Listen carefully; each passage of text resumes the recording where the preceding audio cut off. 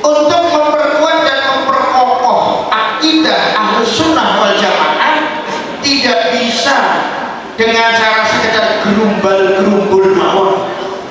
Harus ada yang namanya at-ta'lim wa ta'allum. Harus ada yang namanya belajar. Para rawuh yang kamu muliakan zaman sak menika, berapa banyak tetangga kita, berapa banyak kenalan kita yang ketika di kampung ahli tahlilan, manakiban, istighosahan, merantau ke Jakarta, merantau ke Bandung, dalam waktu singkat sudah menjadi syekh ustaz batuke ireng. Pulang berani melawan ustaz-ustaz setempat, pulang berani melawan kiai-kiai setempat. Dalam waktu singkat 2-3 bulan mereka sudah punya akidah baru yang keluar dari akidah Ahlus Sunnah wal Jamaah. Kenapa? Karena mereka tidak punya dasar ilmu, mereka tidak punya dasar akidah Ahlus Sunnah wal Jamaah yang kuat, sehingga dengan santainya mereka dirongrong akidahnya oleh kelompok-kelompok lain, pulang ke desanya masing-masing dengan militansi yang kuat. Mereka menyebarkan akidah baru yang anti Ahlus Sunnah wal Jamaah, yang anti tahlil, yang anti ziarah kubur. Pertanyaan kula, rela boten panjenengan menawi lare-larene tidak diwong-wong sing kaya kowe?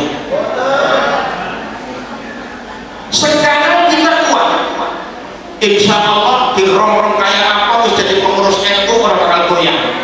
Tapi mungkin anak cucu buyut kita kelak akan mudah dirongrong kalau sejak awal tidak didasari dengan pendidikan akidah Ahlus Sunnah wal Jamaah an-nahdliyah yang kuat. Hanya sayangnya sudah berdiri madrasah aliyah Nahdlatul Ulama di Kecamatan Losari. Pengurusnya nggak sembarangan, MPD. Tapi kok yang mau masuk ke madrasah aliyah ini cuma sedikit? Ada apa? Ada apa? Kenapa memilih SMA negeri? Kenapa memilih SMK?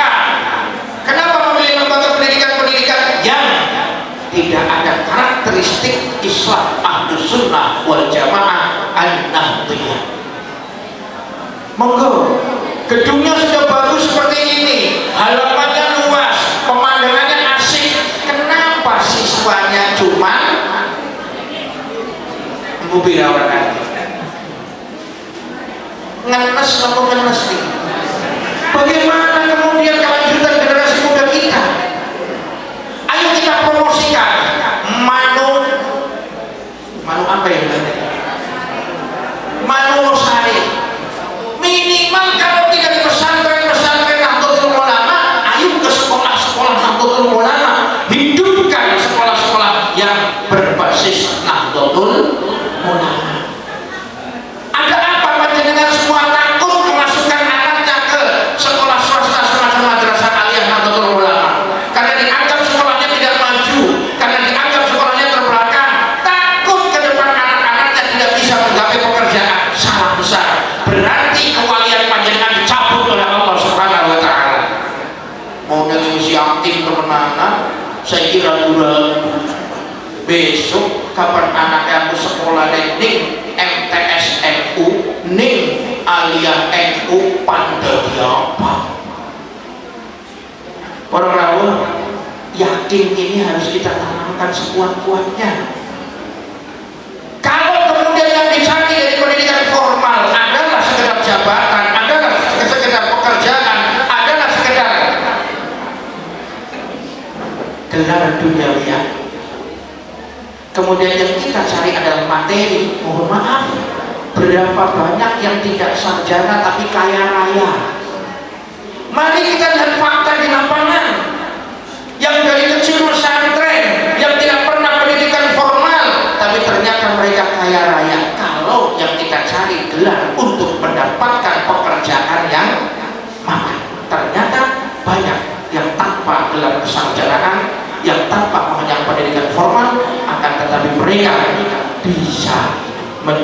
orang yang sukses dalam berkarir di dalam urusan duniawi. For example, contoh Dr. Haji Muhadi Setiabudi. Apa itu dokternya? Gelar barusan Mas, gara-gara sukses dalam berkarir di dalam bidang usaha. Sekolahnya apa? Monggo ditanya.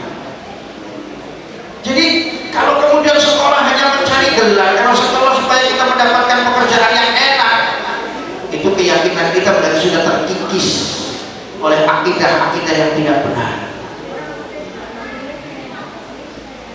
Presiden kita dari santri ada Gus Dur, wakil presiden dari santri ada Kiai Ma'ruf Amin, menteri-menteri dari kalangan santri banyak sekali, gubernur-gubernur dari kalangan santri juga banyak.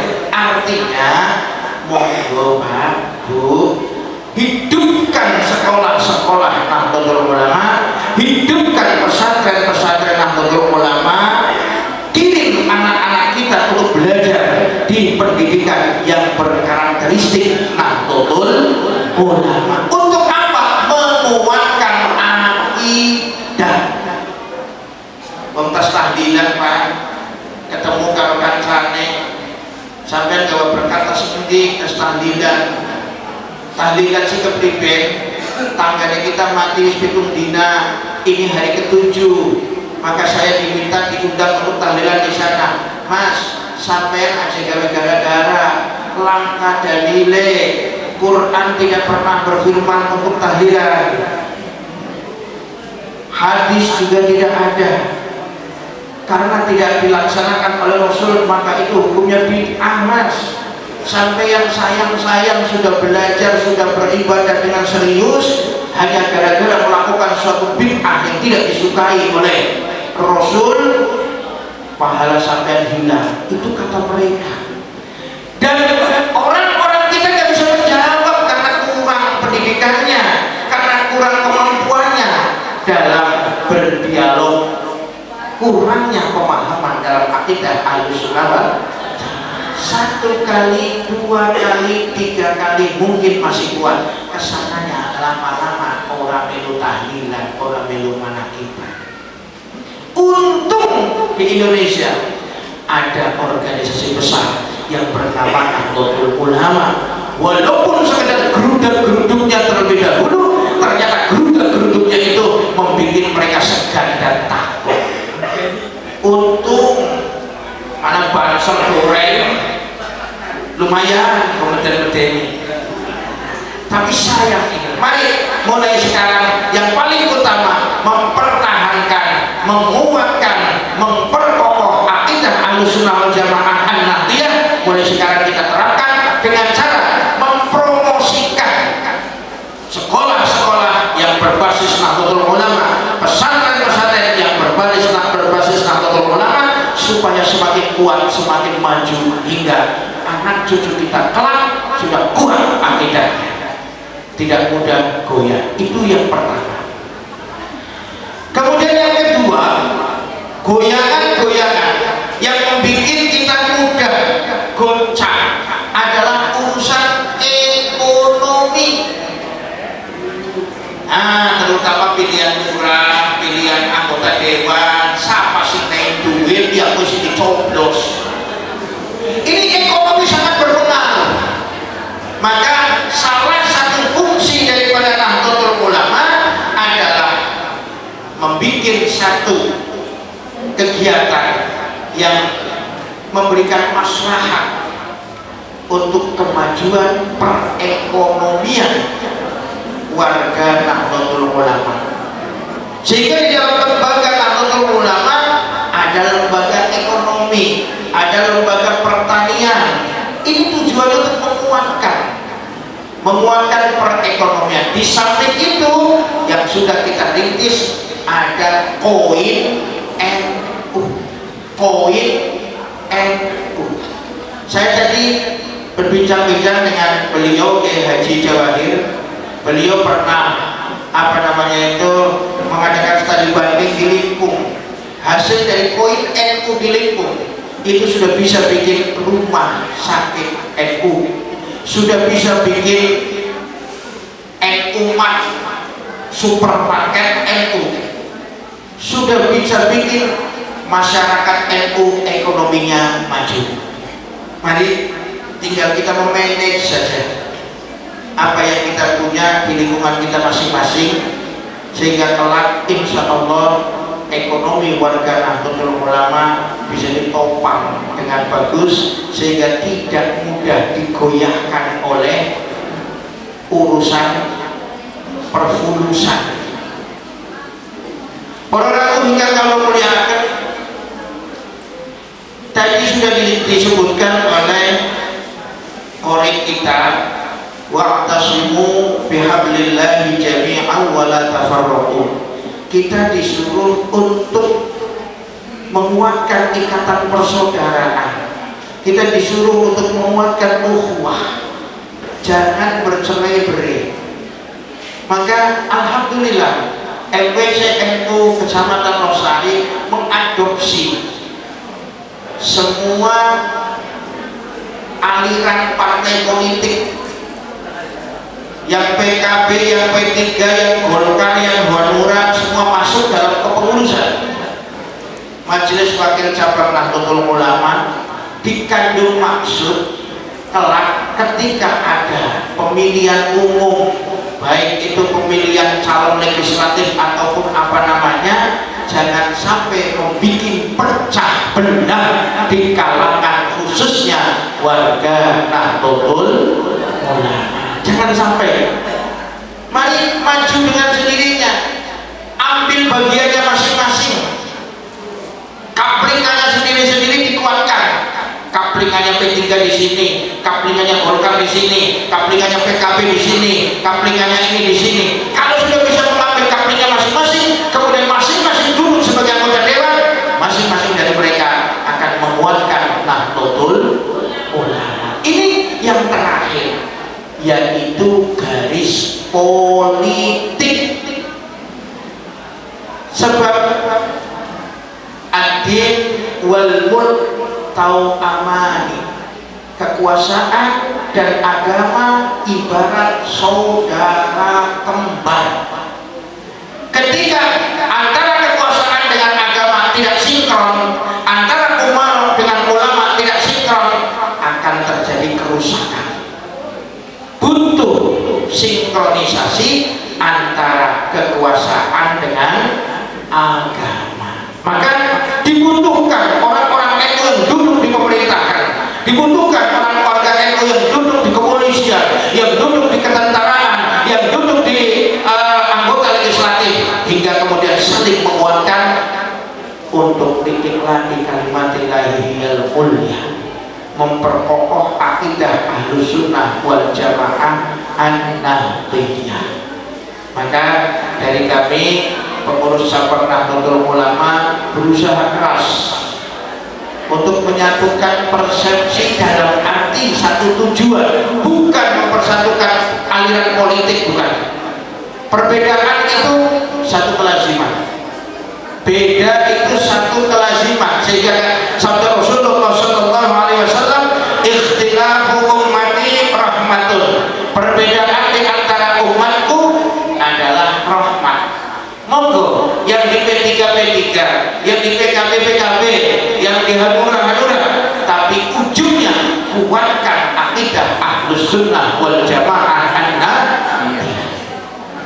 Para rawuh kalau muliakan, ini perbedaan sangat penting saya terangkan, saya jelaskan, saya uraikan, karena sekarang ini beda sedikit kemudian terjadi persengitan.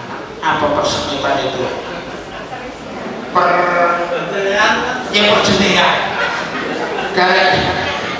Gara-gara beda pendapat timbulnya persengitan dan perselisihan. Apa sih bahasanya?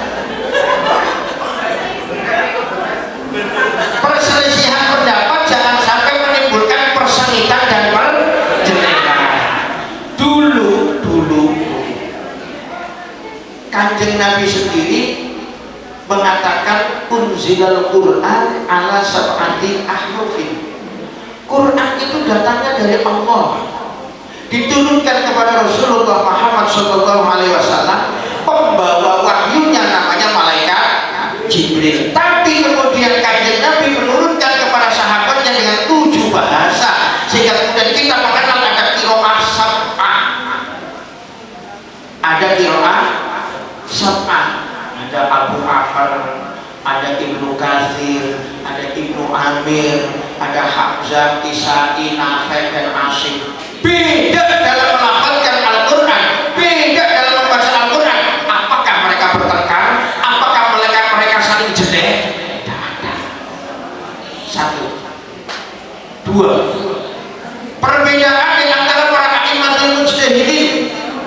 Jadi Imam Syafi'i sing golang lanang wadon, sing pada gedene, wis pada duwe wudune, sing golang kulit membatalkan wudu. Jadi Imam Hanafi ora. Ketika orang batal berarti sholatnya tetap sah. Yang mengatakan batal sholatnya berarti tidak sah. Ini urusannya krusial. Ibadah kepada Allah, satu dianggap tidak sah, satu dianggap sah, tapi tidak terjadi perjelehan satu dengan yang lain. Monggo ini dijaga. Kita mawas diri sebagai pengurus Nahdlatul Ulama. Jangan sampai kita yang akan menimbulkan perjelehan di tengah umat. Para rawuh ingkang kula mulyakaken, pemimpin yang sejati, pemimpin yang sejati itu pemimpin yang mau memaafkan kebodohan umatnya. Imam Hatim Al-Ashram ketika ditanya oleh Imam Ahmad bin Hanbal radhiyallahu anhu, "Ya Syekh," jare Ahmad bin Hanbal, "bagaimana supaya saya selamat dari fitnah dunia?" Jawabannya Hatim Al-Ashram, "Anda nggak bisa selamat kecuali di dalam diri Anda ada 4 perkara." Ini dinazamkan dalam kitab Hidayatul Tazkiyah, Kifayatul Aqiyah. Li salamatid dunya khisalun arba'u ghufrun li jahdil qaumi man muqata jahala. Pertama, ketika orang lain berbuat bodoh. Yang dimaksud berbuat bodoh berarti berbuat salah. Kalau ada ustaz ngerasani, Pak, ustaz ngerasani nyuwun sewu, ini ustaz pintar apa bodoh? Ustaznya pintar apa bodoh? Pintar apa bodoh? Pintar bahwa ngerasani gue dosa, tapi dia tetap berarti bodoh apa tidak? Rela dirinya disiksa oleh Allah dengan ilmunya. Saya tahu ngerasani itu nggak boleh, tapi saya tetap merasani. Saya tahu memfitnah orang lain itu tidak boleh, tapi saya tetap memfitnah orang lain. Saya tahu bahwa saya menghina orang lain itu haram, tapi saya menghina orang lain. Ini namanya bodoh. Oleh karena ketika kita dihina orang lain, ketika kita direndahkan oleh orang lain, kalau kita sebagai pemimpin, maafkan kebodohan orang-orang semacam itu. Ghufrun li jahlil. Yang kedua, menemukan kejahalan. Usahakan minimalkan kita berbuat salah kepada orang lain. Walaupun kita nggak bisa bebas dari kesalahan, kita nggak bisa bebas dari kekeliruan. Setiap orang pasti punya salah, setiap orang pasti pernah keliru, setiap orang pasti pernah hilaf. Akan tetapi upayakan diminimalisir. Man'ukataj. Kemudian yang ketiga, watakuna min sayyidil unasi Aisyah. Jangan pernah berharap pemberian dari orang lain. Itu pemimpin sejati. Jangan pernah berharap pemberian orang lain. Ini yang susah. Jangan pernah berharap sumbangan asalnya untuk dirinya, tapi untuk dirinya sendiri. Kalau untuk aku boleh, untuk dirinya sendiri. Watakuna min sayyidil unasi Aisyah.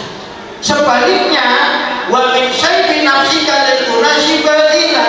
Apa yang kamu punya keluarkan untuk kemaslahatan umum. hartamu, pikiranmu, tenagamu, sampai ilmumu, mari berikan untuk kemanfaatan dan kemaslahatan orang banyak, sehingga kita masuk dalam kategori pengertian Rasulullah Sallallahu Alaihi Wasallam, khairun nas anfa'uhum linnas. Mudah-mudahan panjenengan kita semua yang hadir di sini, yang telah diamanatkan menjadi pengurus Nahdlatul Ulama, pengurus Fatayat, pengurus Muslimat, pengurus Ansor Banser, pengurus IPNU dan IPPNU, kita semua bisa mengerahkan segala apa yang kita miliki untuk kemaslahatan dan kemanfaatan orang banyak, hingga kita diaku sebagai umat Rasulullah masuk khairun nas anfa'uhum linnas. Mudah-mudahan tidak bisa kita bekerja, tidak bisa kita melakukan tugas, tidak bisa kita menyampaikan amanah kecuali kita selalu mendapatkan taufik dari Allah Subhanahu wa Ta'ala. Mudah-mudahan kita semua selalu mendapatkan hidayahnya, mendapatkan taufiknya, sehingga kita bisa bekerja dengan semaksimal mungkin tanpa menuntut dan berharap apa-apa, hanya berharap ibtigha amardhatillah, berharap ridhonipun Gusti Allah. Ketika kita dapat ridhonya Allah, apapun yang menjadi kebutuhan kita akan dipenuhi oleh Allah Subhanahu wa Ta'ala. Itu janjinya Gusti. Jadi monggo, jangan berharap ridho manusia, jangan berharap pujian manusia, berharaplah ridhonya Allah, sehingga apa yang menjadi cita-cita kita akan dimudahkan oleh Allah Subhanahu wa Ta'ala. Mudah-mudahan manfaat menikah yang saya kau sampaikan. Segala kekeliruan, kesalahan, kekhilafan, baik tingkah laku maupun ucapan, cara saya menyampaikan, materi yang saya sampaikan tidak cocok wonten ing manah panjenengan sedaya, kula ngaturaken nyuwun agung ing samudra pangaksami, mohon maaf yang sebanyak-banyaknya, tapi dengan tetap berharap walaupun seperti itu mudah-mudahan ada manfaatnya, ada barokahnya. Amin ya rabbal alamin. Hadallahu wa iyyakum wa ma'afu bikum. Wassalamualaikum